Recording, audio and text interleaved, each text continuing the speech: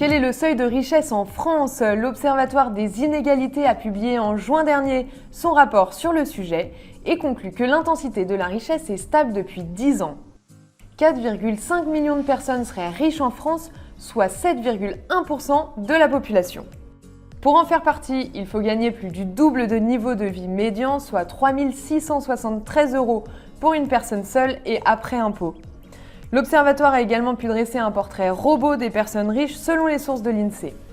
Ils sont un peu plus âgés que le reste des adultes, soit 57 ans.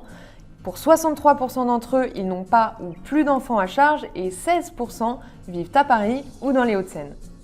Dans le travail, 51% des salariés riches sont des cadres supérieurs. Quand on est en couple, le seuil de richesse est un petit peu différent.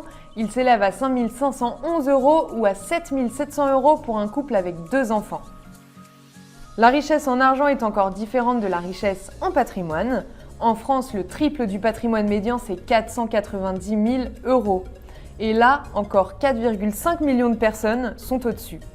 16% des ménages français dépassent ce seuil et 4% des ménages sont millionnaires. Là aussi, on retrouve un portrait robot des personnes riches en patrimoine. Ils sont 70% à avoir plus de 50 ans, 39% sont retraités et 28% vivent en Île-de-France.